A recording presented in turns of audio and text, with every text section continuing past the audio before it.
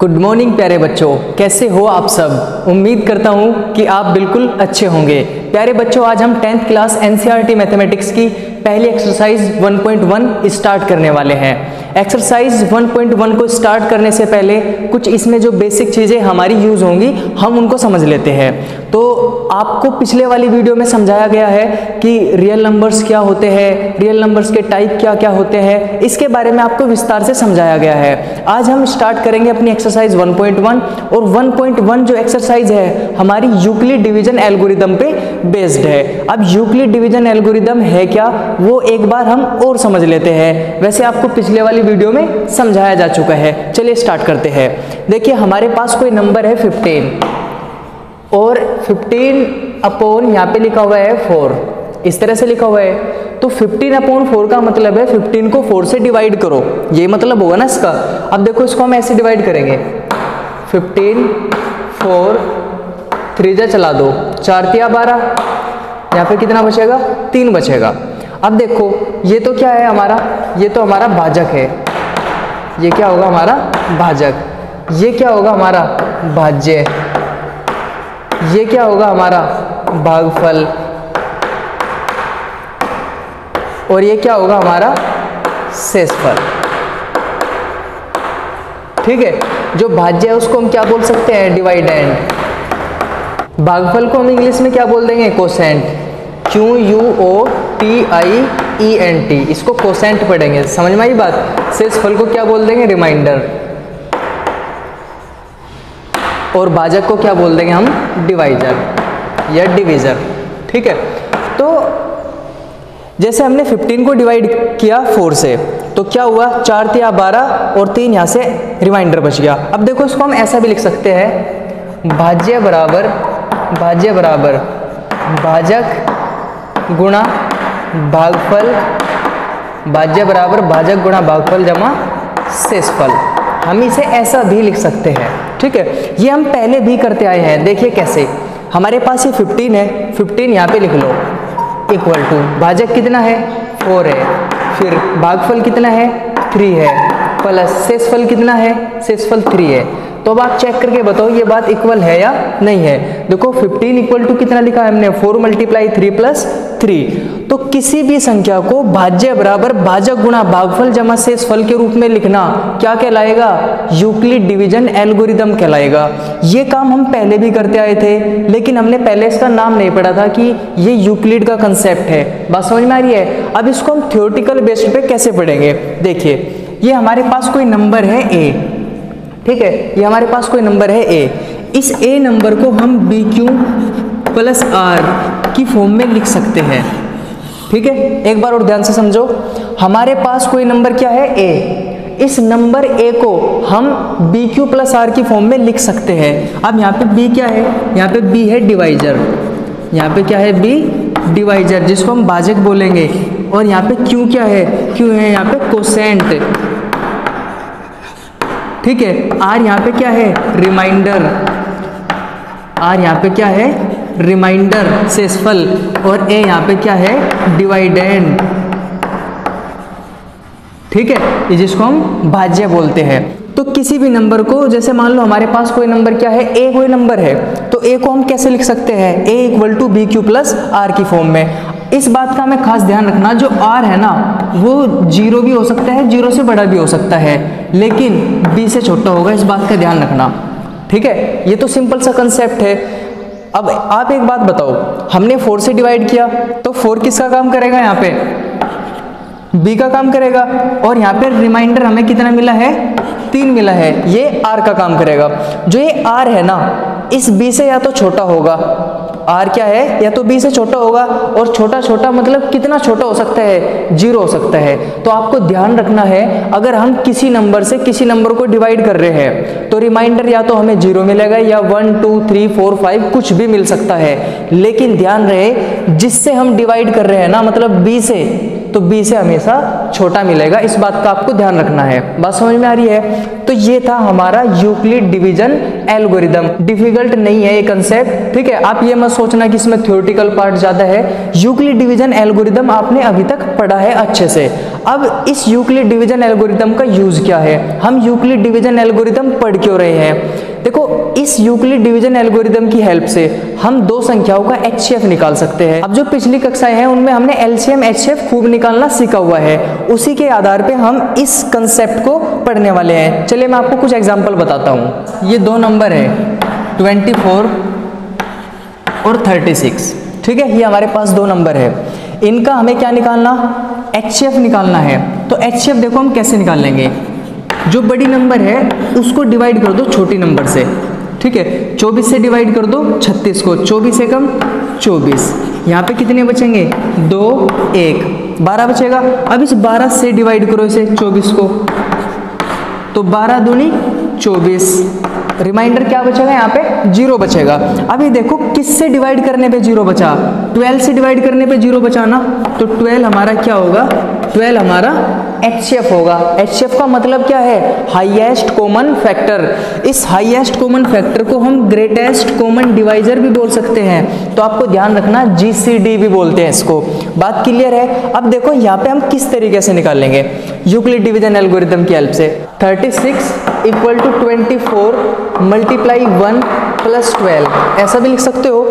भाई जो बड़ी संख्या है इसको हमने यहाँ पे लिख लिया भाज्य की जगह पे, जो छोटी संख्या है उसको हमने भाजक बना लिया, ठीक है। कितनी बार चलेगी, एक बार, तो 24 से कम 24 और कितने बचेंगे 36 होने के लिए 12, तो इस तरीके से लिख सकते हैं। अभी शेषफल क्या बच रहा है 12, तो अब एक काम करो 24 को यहाँ पे लिखो, 24 बराबर, अब देखो 12 से डिवाइड करो, 12 दूनी 24, रिमाइंडर कितना बचेगा 0।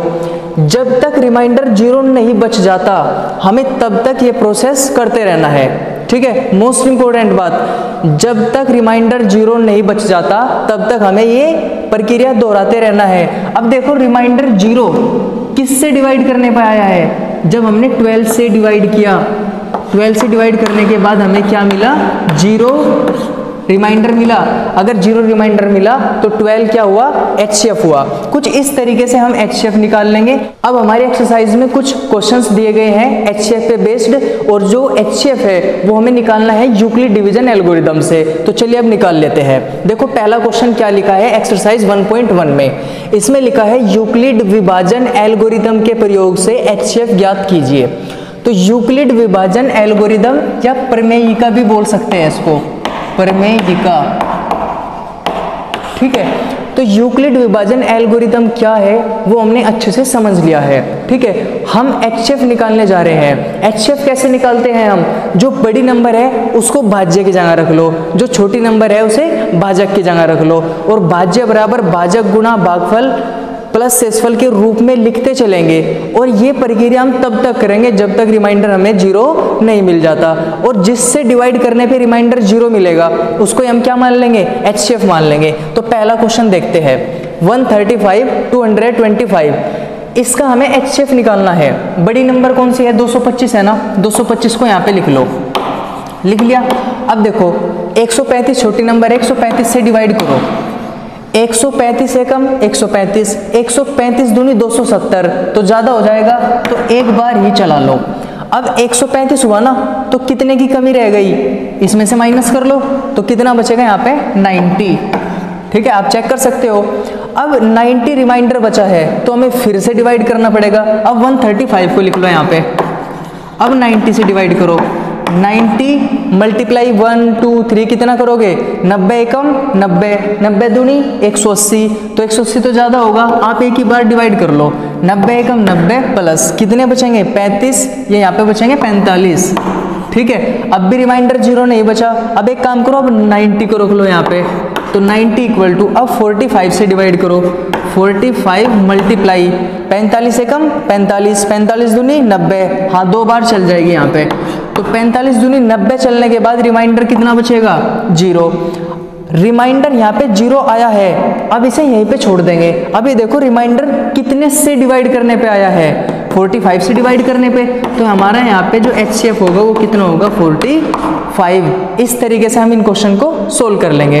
अब देखते हैं हम क्वेश्चन नंबर इसका सेकंड पार्ट, ये हमारा फर्स्ट पार्ट था। यहाँ पे देखो इसमें क्या लिखा है 196 और 38,220, हमें इनका क्या निकालना है HCF निकालना है। तो HCF कैसे निकालेंगे? जो बड़ी नंबर है उसको भाज्य की जगह रखो और जो छोटी नंबर है उसको भाजक की जगह रखो। तो लिखते हैं 38,220 बराबर 196 गुणा, अभी देखो पता नहीं यहाँ पे कितना चलेगा, तो आप डिवाइड कर सकते हो। 38,220 को डिवाइड करेंगे हम 196 से। 196 एकम 196 दूनी, अगर 2 गुना चलाएंगे तो ज़्यादा हो जाएगा, एक बार चला लो 196, ठीक है। 12 में से 6 गए, 6 बचेंगे। फिर यहाँ 7 17 में से 9 घटा देंगे, 8 बचेंगे। 2 में से 1 घटा देंगे तो 1 बचेगा, 186। अब 2 को उतार लो ऊपर से, 1862 होगा। तो 1862 में 196 की कितनी बार चलाएंगे? इसमें चलाएंगे 9 बार। तो 9 6 54, 9 9 81 और 5 कितने हो जाएंगे? 86। अब 9 एकम 9 और 8 कितने होंगे? 17। अब 12 में से 4 घटाओ, 8 बचेंगे। और यहाँ पे 5, 15 में से 6 घटा दो, 9 बचेंगे। 7 में से 7 जीरो है तो 0 बचेगा, अब 0 उतार लो वहाँ से।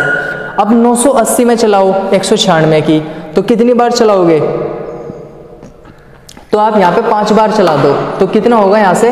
5 छंग 30, 5 नम 45 और 3 48, 5 एकम 5 और 4 9, ठीक है।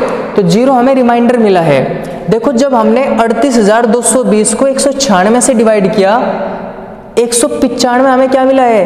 भागफल मिला है। और शेषफल कितना मिला है? 0। अब देखो इसको हम कैसे लिखेंगे? भाज्य बराबर भाजक गुणा भागफल और प्लस का कितना?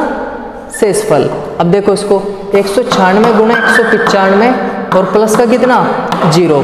अब देखो जब हमने 38,220 को 196 से डिवाइड किया है, कितनी बार? 195 बार, तब हमें शेषफल क्या मिला? 0।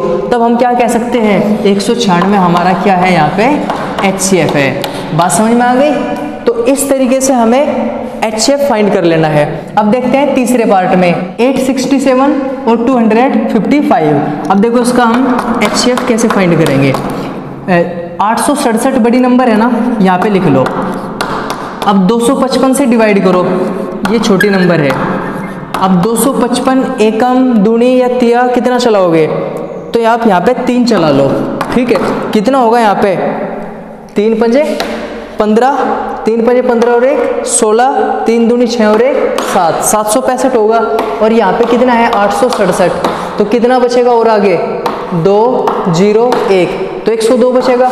आप इसको ऐसा भी लिख सकते हो, 867 बराबर 255 गुणा 3 प्लस 102, भाज्य बराबर भाजक गुणा भागफल जमा शेषफल। अब 102 शेषफल बचा है ना, तब तक करेंगे जब तक शेषफल 0 नहीं बच जाता। अब 255 को यहाँ पे लिख लो। अब 102 से डिवाइड करो, 102 एकम 102, 102 दूनी कितना होगा? 204, तो चल जाएगा, दूनी चला दो।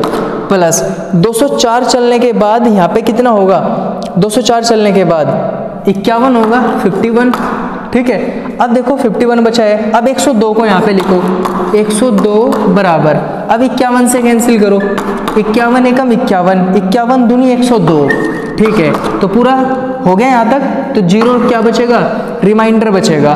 तो रिमाइंडर 0 कितने से डिवाइड करने पे बचा है? जब हमने 51 से डिवाइड किया है, तो 51 हमारा क्या होगा? HCF होगा। बात समझ में आई? तो हम इस तरीके से किन्हीं भी संख्याओं का HCF इजीली फाइंड कर सकते हैं, ठीक है ना। तो चलिए अब देख लेते हैं हम क्वेश्चन नंबर 2। दर्शाइए कि कोई भी धनात्मक विषम पूर्णांक, क्या कोई भी पॉजिटिव होना चाहिए, odd integer 6q + 1, 6q + 3, 6q + 5 के रूप का होता है, जहां q एक पूर्णांक है। q क्या है? कोई भी पूर्णांक है। अब देखो इस क्वेश्चन में हमें छोटी सी बात समझनी है। इसमें क्या लिखा है कि कोई भी धनात्मक विषम पूर्णांक 6q + 1, 6q + 3, 6q + 5 के रूप का होता है। अब आप एक चीज ध्यान से समझो, 6q + 1 हो, चाहे 6q + 3 हो, चाहे 6q + 5 हो, अगर हम 6 को भाजक मानते हैं, q को भागफल मानते हैं और 1 को शेषफल मानते हैं, तो ये किस फॉर्म में है? 6q + 1 भाज्य बराबर भाजक गुणा भागफल जमा शेषफल की फॉर्म में है। भाजक गुणा भागफल जमा शेषफल की फॉर्म में तीनों यहाँ पे लिखे हुए हैं। तो यहाँ पे भाजक कितना है? भाजक है 6। तो अब एक काम करो, b की वैल्यू 6 मान के चलो, माना b बराबर 6, तब r बराबर क्या क्या हो सकता है, r की वैल्यू 0, 1, 2, 3, 4, 5 तक हो सकती है। ठीक है, इस बात में आपको कोई भी डाउट नहीं होना चाहिए। क्यों? यूक्लिड डिवीजन एल्गोरिथम है क्या? देखो एक बार फिर समझो, a equal to B Q plus R, a equal to B Q plus R, किसी भी नंबर को किसी भी नंबर a को बी क्यू प्लस आर की फॉर्म में लिख सकते हैं, और r जो है ना वो 0 या 0 से बड़ा कुछ भी हो सकता है, लेकिन इस बात का ध्यान रखना कि जो b है ना उससे छोटा जरूर होगा। ठीक है, अब आप ये देखिए b की वैल्यू कितनी ली है हमने यहाँ पे 6। अब b की वैल्यू अगर 6 है तो r की वैल्यू क्या होगी, 0 से स्टार्टिंग होगी और 5 तक चलेगी। मतलब अगर 5 तक काउंट करके देखें तो 6 नंबर है, 6 नंबर है। ठीक है, तो r की एक एक वैल्यू हम रखते चले जाएंगे, रखते हैं। यहाँ पे लिखते हैं हम यूक्लिड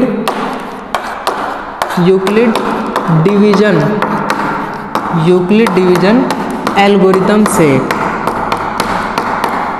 यूक्लिड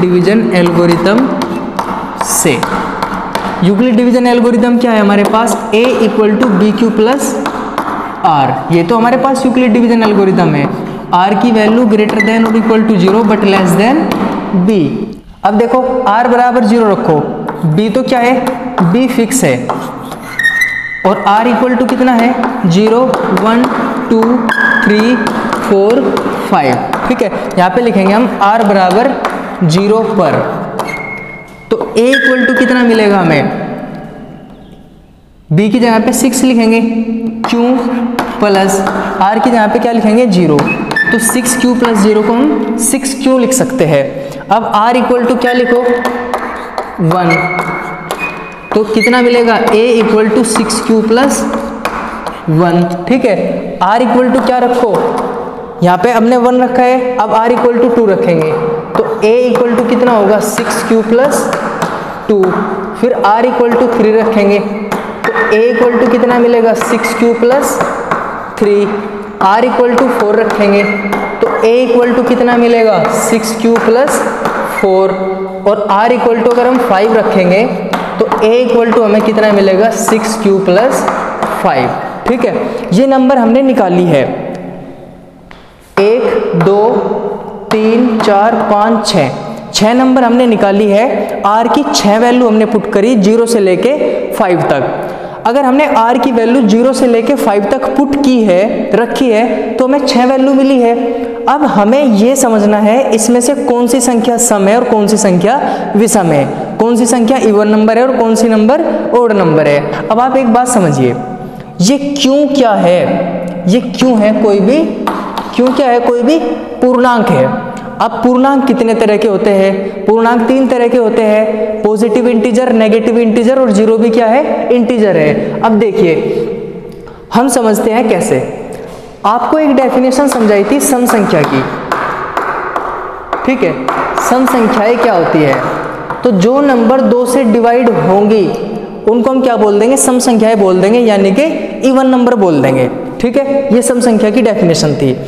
अब ये 6 क्यों है, 6 क्यू को चेक करो 2 से डिवाइड हो रहा है या नहीं हो रहा है। 6 क्यू को 2 से डिवाइड करो तो 2 से डिवाइड हो जाएगा, 3 क्यू बचेगा। जो 2 से डिवाइड हो जाएगा उसको हम क्या लिखेंगे, सम संख्या। बात समझ में आ रही है। अब देखो 6 क्यू तो 2 से डिवाइड है, जब 6 क्यू 2 से डिवाइड है और 2 से डिवाइड होने वाली नंबर में 1 ऐड करके तब 2 से डिवाइड करके देखो, तब भी डिवाइड होगा क्या, तब डिवाइड नहीं होगा। ये एक सम संख्या है और ये एक विषम संख्या है। सम संख्या में विषम संख्या ऐड करोगे तो हमें क्या मिलेगा, विषम संख्या मिलेगी। बात क्लियर। अब देखो 6 क्यू क्या है, सम संख्या, 2 क्या है, सम संख्या, 2 सम संख्याओं का योग भी क्या होगा, एक सम संख्या होगा। अब देखो 6 क्यू क्या है, सम संख्या, और 3 क्या है, विषम। तो सम में अगर विषम ऐड करोगे तो हमें क्या मिलेगा, विषम ही तो मिलेगा।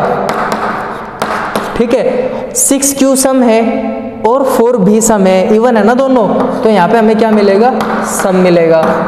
अब 6 क्यों सम संख्या, 5 क्या है विषम संख्या, तो सम संख्या और विषम संख्या का योग क्या होगा, विषम संख्या होगा। बात समझ में आ रही है? देखो 1 2 विषम सम कितना होगा, विषम, फिर 3 और यहाँ पे 2 ऐड करके देख लो, विषम सम 5 तो विषम मिलेगा, सम सम ऐड करो 2 + 4 कितना होगा 6 सम होगा। अब आप एक काम करो, विषम विषम को ऐड करो, 3 + 5 कितना होगा 8, तो 2 विषम संख्याओं का प्लस सम संख्या होगा, 2 सम संख्याओं का प्लस भी सम संख्या होगा, लेकिन एक सम और एक विषम संख्याओं का जो प्लस होगा वो हमेशा एक विषम संख्या होगा। अब देखो हमें यहाँ पे क्लियर है कि 6q सम क्यों हुआ, 6q + 1 विषम क्यों हुआ, 6q + 2 सम क्यों है, 6q + 3 विषम क्यों है, 6q + 4 सम क्यों है और 6q + 5 विषम क्यों है। अब आप ये देखो जो 6q + 1 है वो विषम है, जो 6q + 3 है वो भी विषम है और जो 6q + 5 है वो भी विषम है। तो अतः हम कह सकते हैं कि कोई भी धनात्मक विषम पूर्णांक 6q + 1 की फॉर्म का होगा या 6q + 3 की फॉर्म का होगा या 6q + 5 की फॉर्म का होगा। बात समझ में आ गई? तो चलिए अब देख लेते हैं हम क्वेश्चन नंबर 3। किसी परेड में 616 सदस्यों वाली एक सेना की टुकड़ी को, ठीक है 616 सदस्य है किसी सेना में और सेना की क्या है टुकड़ी है, उनका ग्रुप है, को 32 सदस्यों वाले एक आर्मी बैंड के पीछे मार्च करना है। 32 सदस्यों वाले एक आर्मी बैंड के पीछे, जो आर्मी बैंड है उसमें कितने सदस्य हैं 32 सदस्य है, और जो परेड है उसमें कितने सदस्य है 616 सदस्य। अब इन 616 सदस्यों को 32 सदस्यों के पीछे मार्च करना है, ठीक है। आगे पढ़ते हैं। दोनों समूहों को समान संख्या वाले स्तंभों में मार्च करना है। दोनों समूहों को समान संख्या वाले स्तंभों में मार्च करना है। देखो स्तंभ और पंक्ति, आपको इसमें डिफरेंस क्लियर होना चाहिए, ठीक है। स्तंभ मतलब कॉलम और पंक्ति मतलब रो, ठीक है। देखो पंक्ति तो होती है लेफ्ट से राइट, ये तो है पंक्तियां, और जो हम बात करें स्तंभ की, स्तंभ होते हैं ऐसे, ठीक है, ये स्तंभ होते हैं। तो उन्हें मार्च करना है, उन स्तंभों की अधिकतम संख्या क्या है जिसमें वे मार्च कर सकते हैं। हमें स्तंभों की संख्या बतानी है। देखो आगे आगे क्या होगा, आगे आगे बैंड वाले चलेंगे और पीछे पीछे आर्मी वाले चलेंगे। तो देखो कैसे, ये बैंड है, ये बैंड वाले हैं, ठीक है ना, ये इस तरीके से बैंड वाले हैं। अब इसमें कुछ सदस्य है यहाँ पे, ठीक है, ये सदस्य है, यहाँ पे कुछ सदस्य हो सकते हैं। अब इनका नहीं पता हमें ये कितने सदस्य है, ठीक है यहाँ पे, लेकिन इस बात का हमें खास ध्यान रखना। देखो हमने यहाँ पे कितने स्तंभ बनाए हैं, 6 स्तंभ बनाए हैं हमने। तो जो देखो ये तो कितने हैं, ये है हमारे यहाँ पे 32 सदस्य।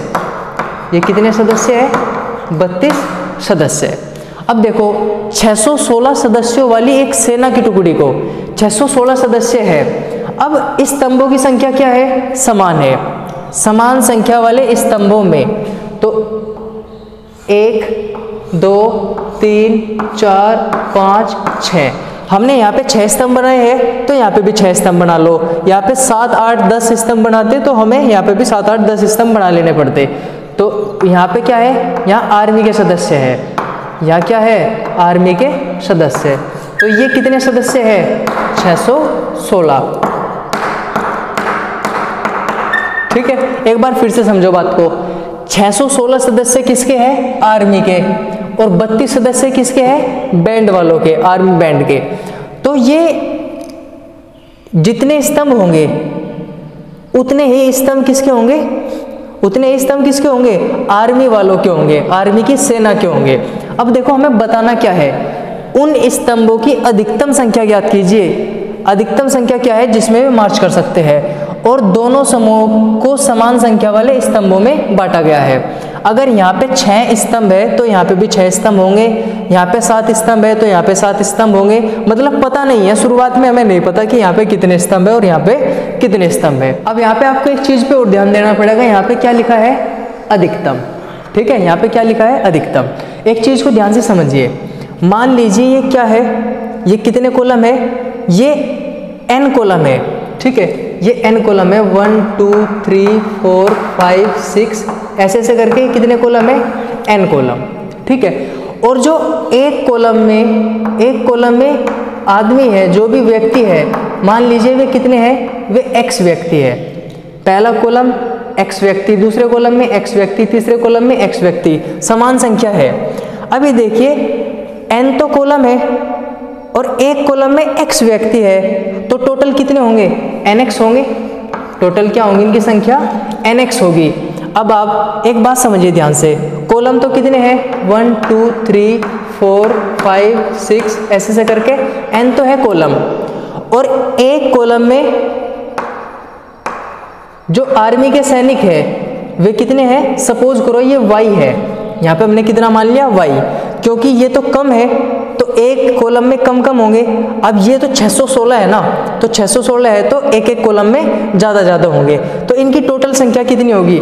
देखो n तो है कॉलम, ये n कॉलम है, 1 2 3 4 5 ऐसे करके n कॉलम है, और एक कॉलम में y आदमी है, तो इनकी टोटल संख्या कितनी होगी, इनकी टोटल संख्या होगी ny। तो देखो यहाँ पे क्या, हम इसको कैसे करेंगे, जो nx है वो किसके इक्वल लिख सकते हैं हम, 32 के, और जो ny है वो किसके इक्वल है, 616 के। nx equal to 32, ny equal to 616। तो यहाँ पे जो कॉमन है वो कॉमन क्या है, यहाँ पे n है, तो हमें ये n फाइंड करना है कि n कितना होगा। बात समझ में आ रही है। देखो कैसे, इसमें स्तंभों की संख्या n है और इसमें भी स्तंभों की संख्या n है। देखो ना, तो हमें x की वैल्यू फाइंड करनी, ठीक है, कि एक कॉलम में, किसका कॉलम, जो बैंड वालों का कॉलम है उसमें कितने आदमी है, और जो सैनिक वाला कॉलम है ना, हमें उसमें आदमियों की संख्या ज्ञात करनी है, सैनिकों की संख्या कि कितने सैनिक है उसमें। ठीक है, हमें क्या ज्ञात करना है, हमें ये ज्ञात करना है कि कॉलम कितने हैं, मतलब n कितने हैं इसमें और इसमें, जो कॉमन है हमें वो फाइंड करना है। तो कॉमन को हम क्या बोलते हैं, कॉमन को बोलते हैं हम HCF। तो हमें 32 और 616 का क्या निकालना है, HCF निकालना है। तो देखो यहाँ पे लिख लेते हैं हम 616। बड़ी संख्या को भाज्य की जगह लिख लो। अब 32 से डिवाइड करो, अब देखो कितनी बार कैंसिल होगा, यहाँ पे हम डिवाइड कर सकते हैं 616 और यहाँ पे कितना 32, 64 हो जाएगा ना, 2 गुना, तो एक ही बार चला दो। 32 से कम 32, 11 में से 2 घटा देंगे 9, 5 में से 3 गए 2, 29 बचेंगे। यहाँ पे ऐसे लिख लो 296। तो यहाँ पे कितना होगा, ये 32 की 9 में चलाएंगे तो 9 दूनी 18, 9 तिया 27 और 28, 288 होगा। कितना बचेगा, 16 में से 8 घटा देंगे 8 बचेगा, और यहाँ पे 0, तो 8 बचेगा। अब देखो 8 बची है ना यहाँ से, तो इसको ऐसा लिखो 32 मल्टीप्लाई 19 प्लस कितना 8, ऐसा हम लिख सकते हैं। अब शेषफल 0 थोड़ी मिला है हमें। अब 32 को यहाँ पे लिखो, 32 बराबर कितने से डिवाइड करो, 8 से डिवाइड करो, 8 दूनी 16, 8 के 24, 8 चौ 32, प्लस का कितना 0। तो 0 हमें क्या मिला है, यहाँ पे शेषफल मिला है। कब शेषफल 0 मिला है, जब 8 से हमने डिवाइड किया। तो 8 से डिवाइड करने का मतलब क्या हुआ फिर, कि 8 यहाँ पे कॉमन है, 8 यहाँ पे क्या होगा, HCF होगा। मतलब ये हुआ कि 8 कॉलम ये होंगे, किसके कॉलम है ये, आर्मी बैंड वालों के, और 8 ही कॉलम ये होंगे, ये किसके कॉलम है, जो आर्मी के सैनिक है उनके कॉलम है। इस क्वेश्चन में अब हम ये भी निकाल सकते हैं कि जो बैंड वाले सदस्य है उसमें एक कॉलम में कितने सदस्य है। देखो NX किसके इक्वल था, 32 के इक्वल, n की वैल्यू कितनी मिली है 8, x इक्वल टू 32, 8 से कैंसिल कर दो, 8 चौक 32, x बराबर कितना 4। तो ये 4 सदस्य है, 1 2 3 4, कॉलम कितने हैं 8, एक कॉलम में कितने सदस्य है 4, 4 8 32 सदस्य इनके तो पूरे हो गए। अब देखो यहाँ पे ny किसके इक्वल था 616 के, n की वैल्यू कितनी है 8, 8y इक्वल टू 616 16 होगा। अब 8 से कैंसिल कर लो तो 8 सते कितने होंगे 56 होंगे। कितने बचेंगे यहाँ पे 5 बचेंगे, 5 और 6 56 बचेंगे, तो 8 सते 56, तो y इक्वल टू कितना होगा 77। अगर हम बात करते हैं सैनिकों की तो कॉलम तो 8 ही होंगे, 8 कॉलम तो है सैनिकों के और 8 कॉलम है बैंड वालों के। लेकिन अगर हम बात करते हैं सैनिक कितने हैं एक कॉलम में, तो 77 सैनिक होंगे एक कॉलम में। आप 77 गुणा 8 करके देख सकते हैं। 77 गुणा 8 कितना होगा 616, 8 सते 56, 8 सते 56 और 5 कितना होगा 61 होगा, यानी कि 616। अब बात समझ में आ गई होगी क्लियर। तो हमें यहाँ पे HCF निकालना था। मैं डायरेक्टली आपको ये भी बता सकता था कि इसका HCF निकाल दो, बात खत्म हुई। लेकिन आपको ये समझना है कि HCF इसका क्यों निकालना है, इसमें कॉमन क्या है। बात समझ में आ रही है। तो चलिए अब देख लेते हैं हम क्वेश्चन नंबर 4।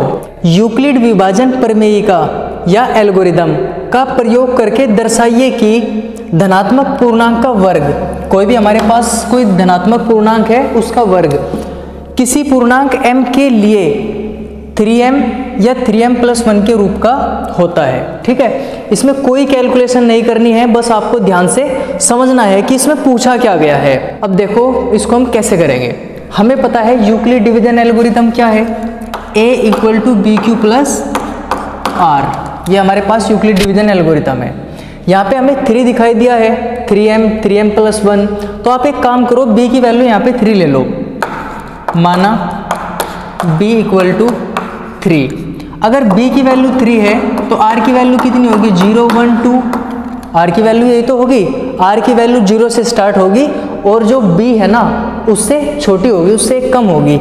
अब देखो इसमें वैल्यू पुट करो, a इक्वल टू कितना होगा 3q प्लस कितना 0, r इक्वल टू 0 लिखा है हमने यहाँ पे, r बराबर 0 पर। तो a इक्वल टू हमें 3q प्लस 0 मिला है, हम a इक्वल टू 3q भी लिख सकते हैं। अब कोई पूर्णांक ये है, लेकिन हमें क्या करना है धनात्मक पूर्णांक का वर्ग। तो आप एक काम करो, दोनों साइड का क्या कर दो स्क्वायर कर दो, तो a square equal to 3q का होल स्क्वायर। अब a स्क्वायर इक्वल टू कितना होगा 9q स्क्वायर। अब a स्क्वायर इक्वल टू, देखो आप इसे ऐसा भी लिख सकते हो 3 मल्टीप्लाई 3q स्क्वायर, ऐसे भी लिख सकते हो ना 3 मल्टीप्लाई 3q स्क्वायर। अब देखो ध्यान से एक बात समझना, क्यों क्या है, क्यों एक पूर्णांक है, बिल्कुल क्लियर बात। किसी पूर्णांक का स्क्वायर करोगे वो भी एक पूर्णांक होगा, और उस पूर्णांक में 3 की मल्टीप्लाई करोगे तो तब भी वो पूर्णांक होगा। इसका मतलब इसकी जगह पे हम कोई सिंबल स्मॉल m ले सकते हैं, तो a स्क्वायर इक्वल टू कितना होगा 3m। बात समझ में आई, a square equal to 3m। तो a कोई क्या थी हमारे पास, कोई संख्या थी, इस संख्या का हमने स्क्वायर किया तो वो संख्या हमें 3m के रूप में यहाँ पे मिल गई है। ये 3m हमें कब मिला है, जब हमने r इक्वल टू 0 लिखा है।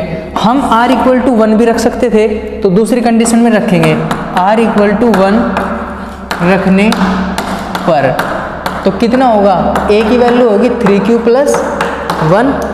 पहले तो हमने r की जगह पे 0 रखा था, अब r की जगह पे क्या रखेंगे 1, और b की जगह पे क्या रख रहे हैं शुरुआत से 3, तो a इक्वल टू होगा 3q प्लस 1। अब दोनों साइड का स्क्वायर करो, a square equal to 3q plus 1 का होल स्क्वायर।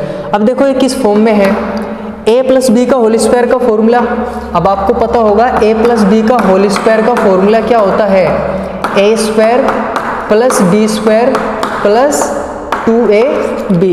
तो यहाँ पे 3q का होल स्क्वायर करो प्लस 1 का स्क्वायर करो plus 2ab, 2 multiply 3q multiply 1, तो कितना होगा यहाँ से 9q स्क्वायर प्लस कितना 1 और प्लस का 6q होगा। बात समझ में आ रही है। अब आप एक काम करो, 9q स्क्वायर प्लस 6q को एक जगह लिख लो, और जो 1 है ना इसे एक तरफ लिख लो। अब इन दोनों में से आप एक काम करो 3 कॉमन ले लो, ठीक है, मतलब यहाँ से q भी कॉमन आ सकता है, लेकिन हमें कॉमन 3 ही लेना है। अब देखिए क्यों, यहाँ पे क्या बचेगा 3q स्क्वायर प्लस का यहाँ पे क्या बचेगा 2q और प्लस का क्या बचेगा 1। यहाँ तक बात क्लियर होनी चाहिए, कोई बड़ी बात यहाँ पे नहीं कही गई है।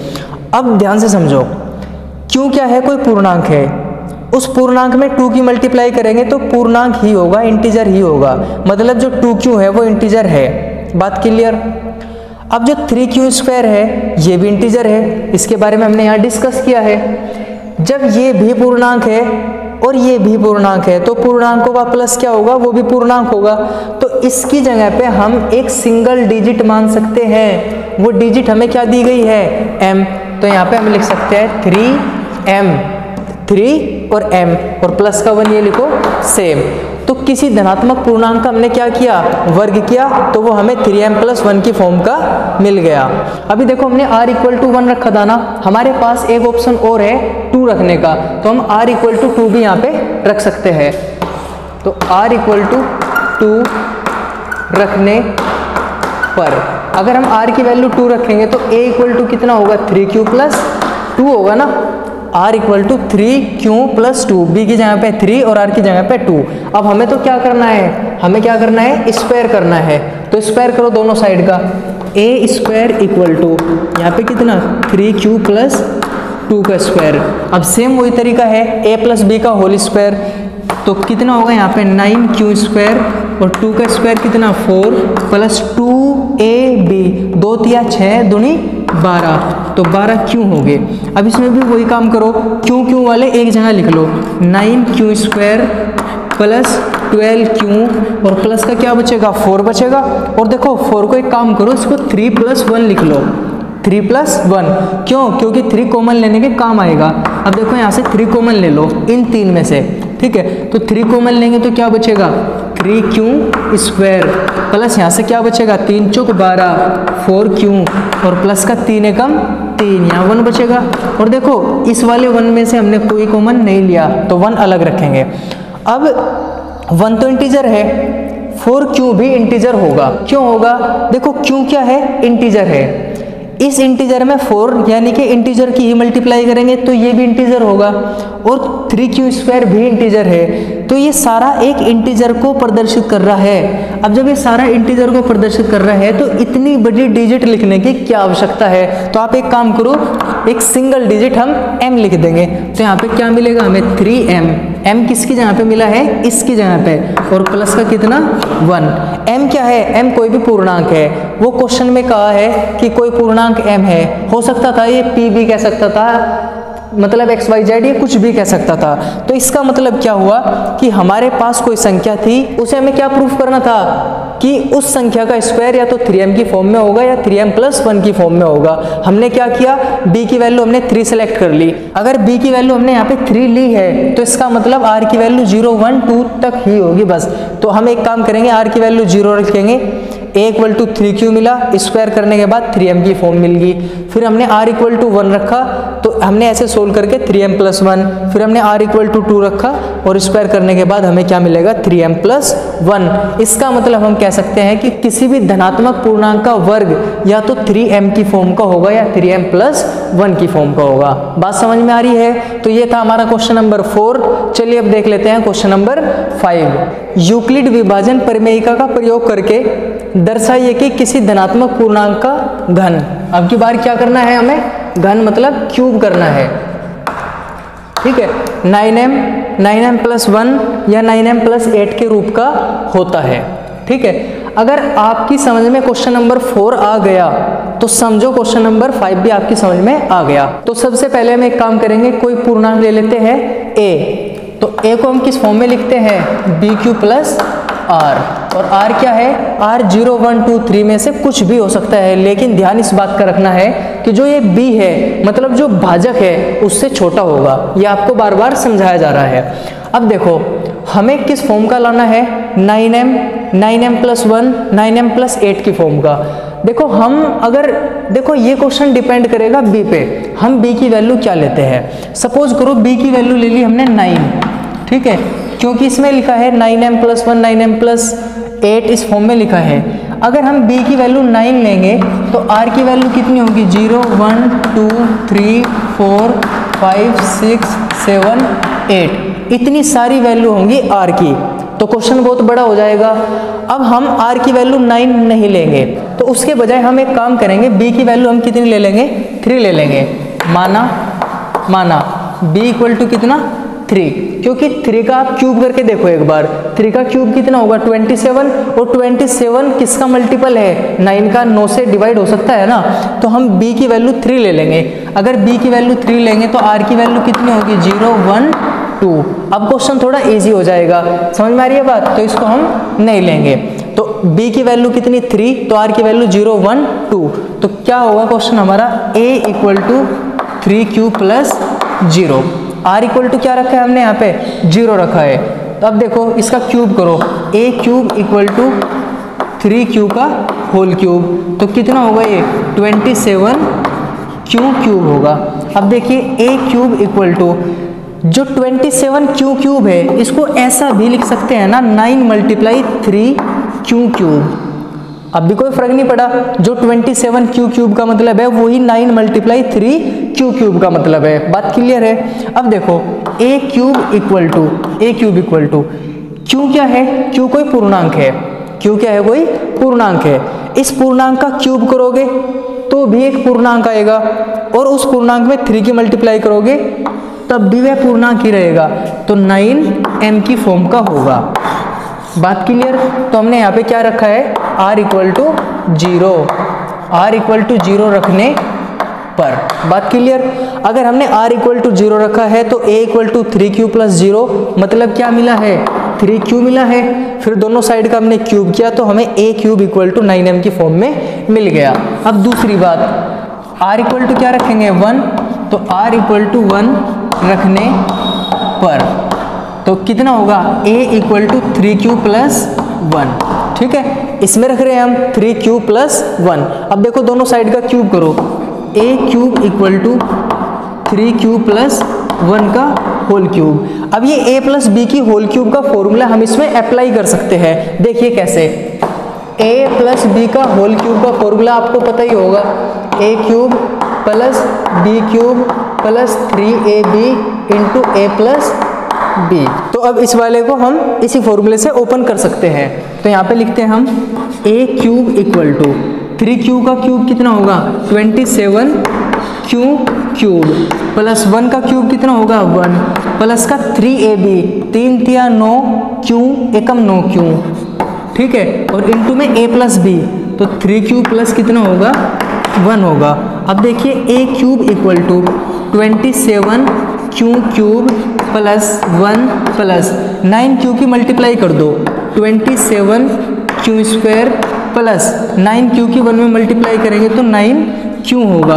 अब a क्यूब इक्वल टू, देखो जो q वाले हैं ना इनको एक जगह पे लिख लो, 27q cube plus 27q square plus 9q, और देखो जो 1 बचेगा ना इसको यहाँ पे अलग लिख लो। अब जो पहले 3 डिजिट है इसमें से 9 कॉमन आ रहा है तो 9 कॉमन ले लो, 9 कॉमन ले लो, ठीक है। वैसे तो यहाँ पे q भी कॉमन आ रहा है लेकिन q हमें कॉमन नहीं लेना है, तो 9 कॉमन लेने के बाद क्या होगा 3q क्यूब प्लस कितना होगा 3q स्क्वायर प्लस कितना बचेगा यहाँ से q, ठीक है, और ये वाला 1 रखो अलग। अब आप एक बात ध्यान से समझो, q पूर्णांक है, q स्क्वायर पूर्णांक है, q क्यूब पूर्णांक है। पूर्णांकों में किसी की गुणा करेंगे भाग करेंगे तो वो भी क्या होगा पूर्णांक होगा। तो यहाँ से हम इसको मान सकते हैं कि ये पूर्णांक है, और इस सारी डिजिट की जगह पे क्या लिख सकते हैं हम सिंगल डिजिट m लिख सकते हैं। तो ये क्या होगा 9m, और ये यहाँ पे प्लस 1 अलग से लिख दो, तो a क्यूब इक्वल टू होगा 9m प्लस 1। अब देखो हम r की वैल्यू 2 भी रख सकते हैं यहाँ से, तो r इक्वल टू 2 रखने पर तो a इक्वल टू कितना होगा 3q प्लस 2 होगा ना यहाँ से।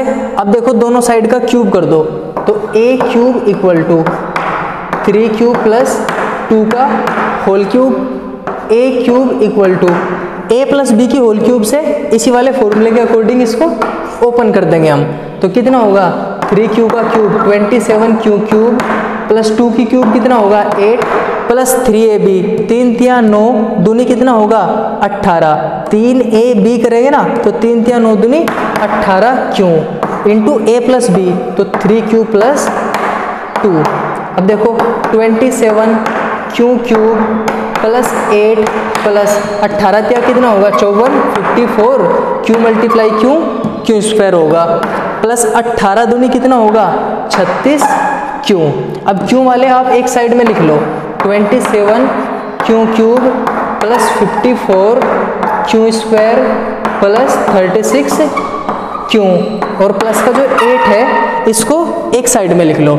अब देखो यहाँ पे जो पहली 3 डिजिट है ना, पहले 3 डिजिट में से 9 कॉमन ले लो, तो 9 कॉमन लेंगे तो कितना बचेगा 3 Q cube 9 6 54 6 Q square plus 9 चौक 36 4 क्यू, और प्लस का कितना बचेगा 8। अब देखो इस डिजिट को हम क्या मान सकते हैं, इस डिजिट को हम m मान सकते हैं, क्योंकि ये बहुत बड़ी डिजिट है, लेकिन जो ये डिजिट है ना ये इंटीजर की फॉर्म में है, ये क्या है एक पूर्णांक ही तो है, तो इसकी जगह पे हम m लिख सकते हैं। तो क्या होगा 9m प्लस यहाँ पे क्या बचेगा 8। तो इसका मतलब क्या हुआ कि किसी भी धनात्मक पूर्णांक का जो घन होगा या तो वो 9m की फॉर्म का होगा, या 9m प्लस 1 की फॉर्म का होगा, या 9m प्लस 8 की फॉर्म का होगा। बात समझ में आ रही है? तो इस तरीके से हम इस क्वेश्चन को प्रूफ कर सकते हैं। ठीक है प्यारे बच्चों, आज के लिए इतना ही काफ़ी। आज हमने एक्सरसाइज 1.1 कंप्लीट की, कल हम एक्सरसाइज 1.2 स्टार्ट करेंगे। आपको जिस भी क्वेश्चन में प्रॉब्लम आती है आप मुझसे डिस्कस कीजिए, उसका मैं जितना जल्द हो सकेगा आपको सॉल्यूशन प्रोवाइड करूंगा। Thank you very much.